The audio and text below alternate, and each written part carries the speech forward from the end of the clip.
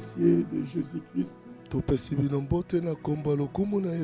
Et nous vous souhaitons le meilleur en ce nom. Nous allons lire les Écritures et nous prions avant d'écouter la parole de Dieu. Lisons Ésaïe 54, 14 à 17. Tu seras affermi par la justice, banni l'inquiétude, car tu n'as rien à craindre, et la frayeur, car elle n'approchera pas de toi. Si l'on forme des complots, cela ne viendra pas de moi. Quiconque se liguera contre toi tombera sous ton poids. Voici, j'ai créé l'ouvrier qui souffle le charbon au feu et qui fabrique une arme par son travail. Mais j'ai créé aussi les destructeurs pour la briser. Toute arme forgée contre toi sera sans effet. Et toute langue qui s'élèvera en justice contre toi, tu la condamneras. Tel est l'héritage des serviteurs de l'Éternel. Tel est le salut qui leur viendra de moi, dit l'Éternel. Nous prions. Père céleste, tu es le Dieu des provisions, nous sommes les hommes des besoins. À cet instant précis où tout le monde est sous panique, nous élevons nos voix et nous touchons les cornes de ton trône de grâce. Par le sang de l'agneau de Dieu et par le feu du Saint-Esprit, nous élevons le nom qui est au-dessus de tout autre. Ouvre nos oreilles à l'écoute de ta parole. Car toi et ta parole, vous êtes un. Car tu es derrière ta parole pour l'exécuter. Nourris ton peuple et console-le au nom de Jésus-Christ. Peuple de Dieu, nous vous saluons encore dans le nom de Jésus-Christ. Nous voulons partager avec vous quelque chose que le Seigneur a mis sur notre cœur en ce moment critique où presque tous les chefs d'État du monde disent à leur peuple que l'heure est grave. Si un chef d'État dit à son peuple que l'heure est grave, en réalité, l'heure est très grave. Parce que le chef ne décourage pas son peuple. Voilà pourquoi nous vous convions à nous suivre attentivement. Vous qui êtes au loin dans les confins de la terre, la distance n'est pas une barrière. Vous êtes ici là où nous sommes. C'est alors que nous sommes ensemble et nous vous proposons quelques lectures de la parole, puisque la foi vient de ce que l'on entend et ce que l'on entend vient de la parole de Dieu. Nous voulons écouter la parole. Je m'en vais lire quelques portions des Écritures saintes. Jean 10, 25 à 30. La Bible déclare ceci. Jésus leur répondit, je vous l'ai dit et vous ne croyez pas. Les œuvres que j'ai faites au nom de mon Père rendent témoignage de moi.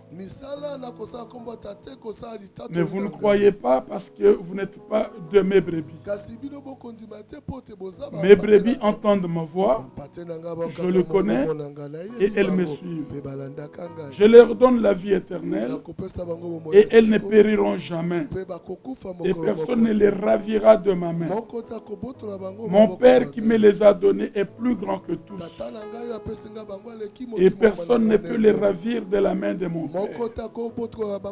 Moi et le Père, nous sommes un. Nous allons dans le psaume 91 ou 91. Nous lirons les 8 premiers versets de ce psaume. Celui qui demeure sous l'abri du Très-Haut repose à l'ombre du Tout-Puissant. J'ai dit à l'Éternel, mon refuge et ma forteresse, mon Dieu en qui je me confie. Car celui qui te délivre du filet de l'oiseleur, de la peste et de ses ravages, il te couvrira de ses plumes et tu trouveras un refuge sous ses ailes. Sa fidélité est un bouclier et une cuirasse. Tu ne craindras ni les terreurs de la nuit, ni la flèche qui vole de jour, ni la peste qui marche dans les ténèbres, ni la contagion qui frappe en plein midi. Que 1000 tombent à ton côté et 10 000 à ta droite, tu ne seras pas atteint. De tes yeux seulement, tu regarderas et tu verras la rétribution de méchants. Nous continuons à lire encore Job 3, le verset 25. Ce que je crains, c'est ce qui m'arrive. Ce que je redoute, c'est ce qui m'atteint. Et Romains 8, un texte qui encourage l'Église. Nous allons faire la lecture kangourou, nous sauterons quelques versets. Je lis les 2 premiers versets. Il n'y a donc maintenant aucune condamnation pour ceux qui sont en Jésus-Christ. En effet, la loi de l'esprit de vie en Jésus-Christ m'a affranchi de la loi du péché et de la mort. En effet, la loi de l'esprit de vie en Jésus-Christ m'a affranchi de la loi du péché et de la mort. Le 11e verset. Et si l'esprit de celui qui a ressuscité Jésus d'entre les morts habite en vous, celui qui a ressuscité Christ d'entre les morts rendra aussi la vie à vos corps mortels par son esprit qui habite en vous. Du 26e au 28e. De même aussi l'esprit nous aide dans notre faiblesse, car nous ne savons pas ce qu'il nous convient de demander dans nos prières. Mais l'esprit lui-même intercède par des soupirs inexprimables. Et celui qui sonde le cœur connaît quelle est la pensée de l'esprit, parce que c'est selon Dieu qu'il intercède en faveur des saints.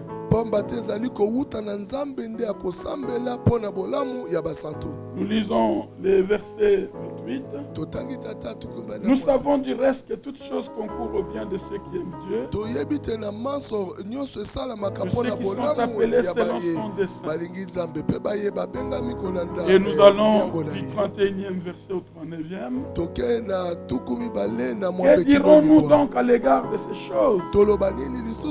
Si Dieu est pour nous, qui sera contre nous? Lui qui n'a point épargné son propre fils, mais qui l'a livré pour nous tous, comment ne nous donnera-t-il pas aussi toutes choses avec lui?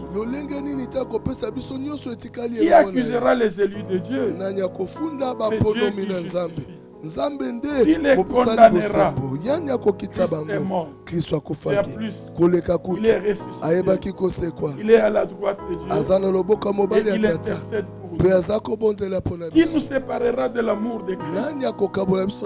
Sera-ce la tribulation, ou l'angoisse, ou la persécution, ou la faim, ou la nudité, ou les périls, ou l'épée? Selon qu'il est écrit, c'est à cause de toi qu'on nous met à mort tous les toujours. On nous regarde comme des brebis destinées à la boucherie.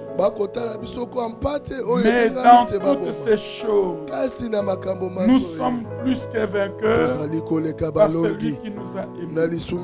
Car j'ai l'assurance que ni la mort, ni la vie, ni les anges, ni les dominations, ni les choses présentes, ni les choses à venir, ni les puissances, ni la hauteur, ni la profondeur, ni aucune autre créature ne pourra nous séparer de l'amour de Dieu manifesté en Jésus-Christ notre Seigneur. Enfin, le psaume 46. Le psaume 46, 1 à 10, pardon, de 10 à 12, nous vous encourageons à les lire à la maison. Surtout que maintenant tout le monde est confiné, on ne va pas à l'église, on ne va pas au travail. Voici le psaume 46, 10 à 12. Celui qui a fait cesser les combats jusqu'au bord et au bout de la terre. Il a brisé l'arc et il a rompu la lance. Il a consumé par le feu les chars de guerre. Arrêtez et sachez que je suis Dieu. Je domine sur les nations. Je domine sur la terre. L'Éternel des armées est avec nous. Le Dieu de Jacob est pour nous une haute retraite. J'entends quelqu'un qui dit gloire au Seigneur. Gloire au Seigneur. Le titre de mon message qui passera sur net est celui-ci. Ça ne me concerne pas du tout. Ça ne me concerne pas du tout. Un témoin efficace, le témoin de l'évangile bien sûr, non seulement connaît sa foi, mais aussi la démontre et la défend, comme Daniel, Meshach, Abednego et Shadrach, ou comme Martin Luther King et tous les martyrs de la foi qui sont en même temps héros de la foi. Mes amis, tout ce qui n'arrive pas souvent mérite l'observation. Il faut qu'une chose arrive pour qu'une autre arrive. La porte qui sert de sortie peut aussi servir d'entrée. Tenez, la face B ou la réalité cachée de ce virus coronavirus est plus grave que les conséquences que vous voyez et entendez partout dans le monde. Ce monde de génération Android. Il y a coronavirus naturel et il y a aussi coronavirus spirituel qui est plus dangereux et plus mortel que le naturel. C'est un des signes du temps de la fin, mais ce n'est pas encore la fin du monde. La série ne vient que de commencer, hélas. Voilà pourquoi je supplie tous ceux qui n'ont pas encore reçu Jésus-Christ comme Seigneur et Sauveur de ne pas attendre. C'est maintenant le jour du salut. C'est maintenant qu'il faut inviter Jésus-Christ dans votre cœur, parce qu'il n'y a que lui seul qui sauve. Non seulement de la vie ici terre, il nous garantit aussi la vie éternelle pour toujours. La mort ne respecte aucun protocole. Cette pandémie n'épargne pas les rangs sociaux. Si ce serait ton tour, où passeras-tu l'éternité? Et que diras-tu à celui qui t'a créé? Alléluia. Amen. Nous avons décrété en 2020 dans notre petite église une année de l'espoir et une année de l'évangile du royaume. Notre Dieu ne change pas. Et il n'est pas surpris ni désemparé par cette diabolique pandémie qui est une personnalité spirituelle et non une maladie ordinaire.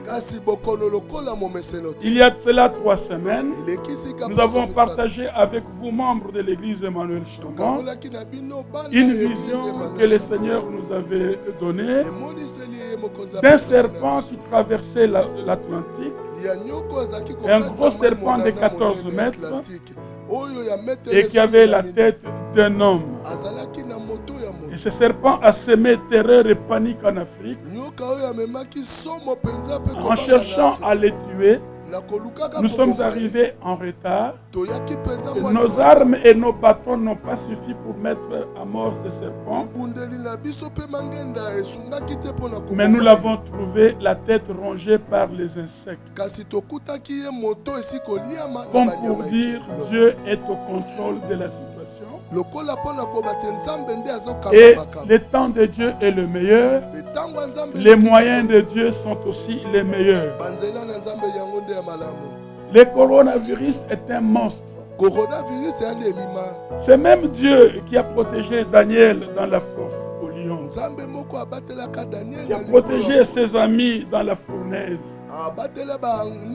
Il est ce jour attentif aux cris de son église, comme il l'était aux cris d'Israël en Égypte, comme il l'était au cri des apôtres en pleine mer dans la tempête. Si tu es piéton et qu'en marchant à côté du boulevard, tu observes une longue file de véhicules interpellés par la police pour présenter les documents de bord. Et si quelqu'un te dit à toi piéton, de te préparer aussi à ton tour car tu seras contrôlé, tu lui diras, comme le titre de notre message, ça ne me concerne pas du tout. De même, si tu es un étranger au Congo et que le Congo organise les élections présidentielles ou législatives, vous n'y avez pas part parce que cela ne vous concerne pas du tout. Ce sont 2 mondes différents, chacun avec ses alliances, ses principes ou lois et normes de vie. Car il n'y a pas de condamnation là où il n'y a pas de loi. Et il n'y a pas obéissance et désobéissance là où il n'y a pas commandement ou ordre reçu. Jésus a dit dans Jean 17 que nous sommes dans ce monde, un monde de coronavirus, un monde de sida, un monde d'Ebola, un monde de malaria, un monde de typhoïde. Mais nous ne sommes pas de ce monde. Et comme nous ne sommes pas de ce monde, ça ne nous concerne pas du tout. Si tu es fils et fille du royaume de Dieu, si tu connais ton alliance avec Dieu, et si tu es conscient de ta foi, des promesses de Dieu et de la volonté de Dieu en ce qui concerne la peste selon le psaume 91, et si Christ Jésus t'a racheté de la malédiction de la loi, et la croix de Jésus-Christ de Nazareth est réelle avec son sang dans ton expérience chrétienne,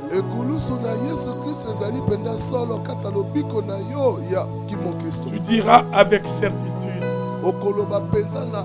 aux hommes tous réunis avec les démons à propos de la vérité cachée du coronavirus, qui est cette grande actualité de l'heure, ça ne me concerne pas du tout.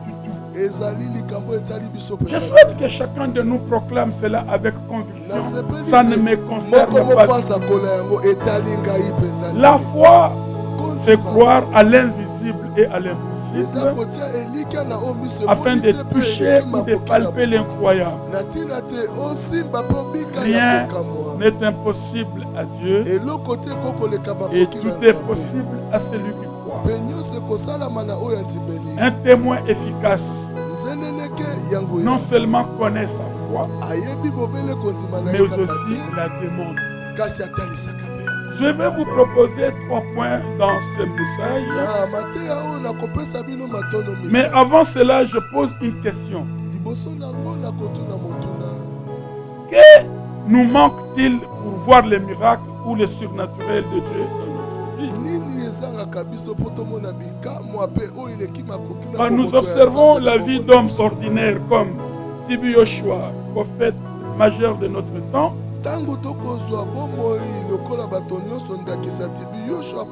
ou comme John Lake, médecin qui avait défié la pandémie en son temps, avec Romains 8, 12,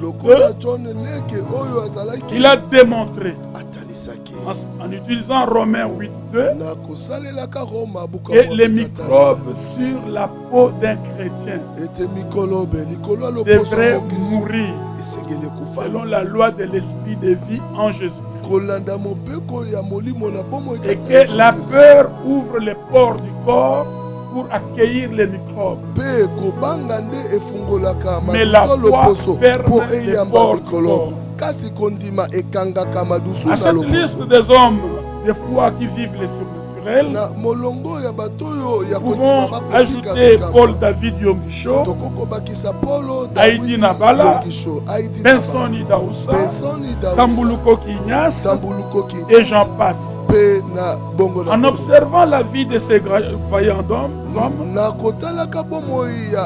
nous constatons que tous vivaient ou vivent dans leur vie les surnaturels. Cependant, lorsque nous observons notre propre vie, nous remarquons que l'intervention de Dieu semble rare, voire quasi inexistante.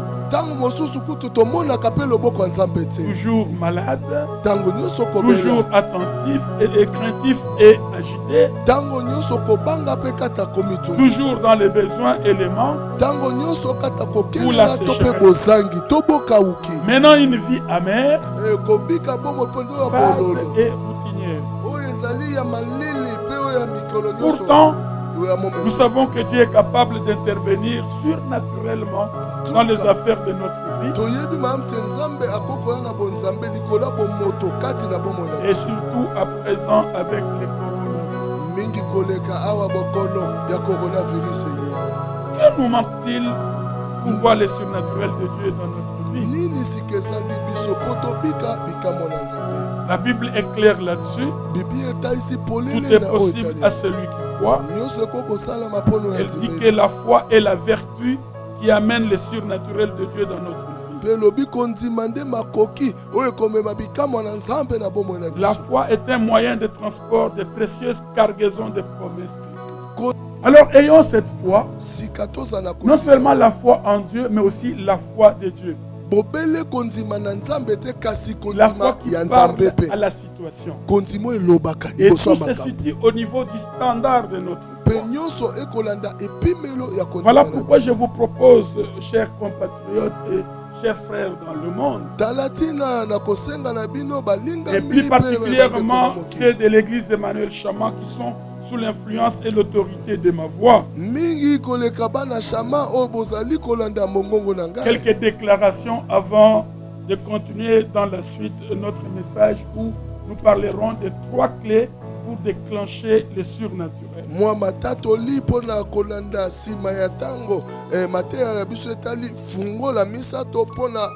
Nous connaissons et nous savons que la Bible est la parole de Dieu.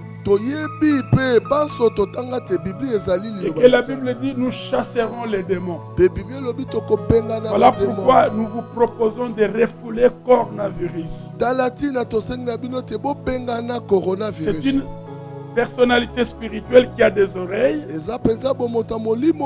pour entendre vos paroles, filles et fils du royaume, filles et fils de l'alliance, ratifiés par le sang de Jésus. Voici la première déclaration ou la prière d'autorité Selon que la Bible nous dit, ce que nous lions sur terre est lié dans le ciel. Et ce que nous délions l'est aussi.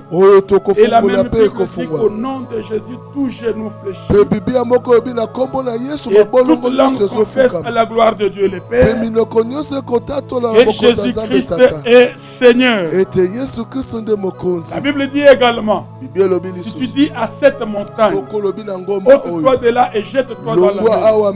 Et si tu ne doutes pas dans ton cœur, c'est que tu diras ça. Voyons coronavirus comme une montagne. Voilà pourquoi ensemble avec moi, peuple de Dieu, associons-nous pour parler à coronavirus. Et nous lui disons ceci. Toi, coronavirus, d'où que tu viennes, quelle que soit ta nature et ton principe d'action, au nom de Jésus-Christ de Nazareth, mort à la croix et vivant au siècle des siècles, je te maudis et te dépouille de toute vie en toi. Je te refoule comme on refoule un étranger non à règle. Sors de mon pays. Sors de ma ville, sors de ma province, sors de mon quartier, sors de ma rue, sors de ma parcelle, sors de ma maison, sors de ma famille, et va-t'en dans les abîmes sans fin. Et les feux dévorants de ton jugement t'embrasent au nom de Jésus. Car à la croix, Jésus a tout accompli en notre faveur et pour notre compte. Et la deuxième déclaration te concerne toi, terre congolaise. Terre. Du nord au sud, de l'est à l'ouest. Toi, terre congolaise, mon pays, ferme les accès et les entrées, les frontières à cette pandémie. Qui est une image et qui est en mission de 666, la marque de la bête. Terre congolaise, 666. Ne sois pas favorable à coronavirus. Tant dans ton climat, dans tes eaux, ta terre, ton atmosphère, tes forêts et tes habitants, et ton ciel au-dessus de toi, avec ton soleil, ta lune et tes étoiles. Pas de visa d'entrée spirituelle et naturelle. Nous ne voulons pas de toi, coronavirus. Et nous te chassons avec force en te soumettant à l'obéissance au nom de Jésus-Christ de Nazareth. Que toute fumée qui monte de la terre du Congo, que ce soit la cuisine, que ce soit quand on brûle des forêts ou des savanes, quel que soit le foyer qui sera allumé dans cette nation, et au nom de Jésus-Christ de Nazareth, que toute fumée dans cette nation se transforme en antivirus et étouffe ta vie et écrase ton œuf et ta semence. Au nom de Jésus-Christ de Nazareth, nous lâchons la puissance de résurrection, les vertus du sang de Jésus-Christ, les bénéfices de la rédemption, et nous aspergeons le sang de Jésus-Christ sur chaque centimètre carré de notre nation, de notre continent Afrique, de l'univers tout entier, de nos provinces et de nos villes, communes et territoires, quartiers et avenues, ainsi que nos parcelles. Que le volcan de Dieu avec son feu dévorant vous consume. Volcan ya nzambe na moto na ye kotumbaka ezikisa vous bino. brise en 1000 morceaux irréparables au nom de Jésus. Na biteni nkoto oyo bakobongisa te na kombo na Yesu. Nous te rendons gloire, notre Dieu et notre Père. Et nous te rendons, Seigneur, toute la gloire, puisque tu es le Dieu qui écoute la prière. Merci pour l'exaucement. Nous te promettons de te rendre gloire à tout instant. Toi qui nous protèges et nous sécurises. Au nom de Jésus, nous avons ainsi prié. Amen.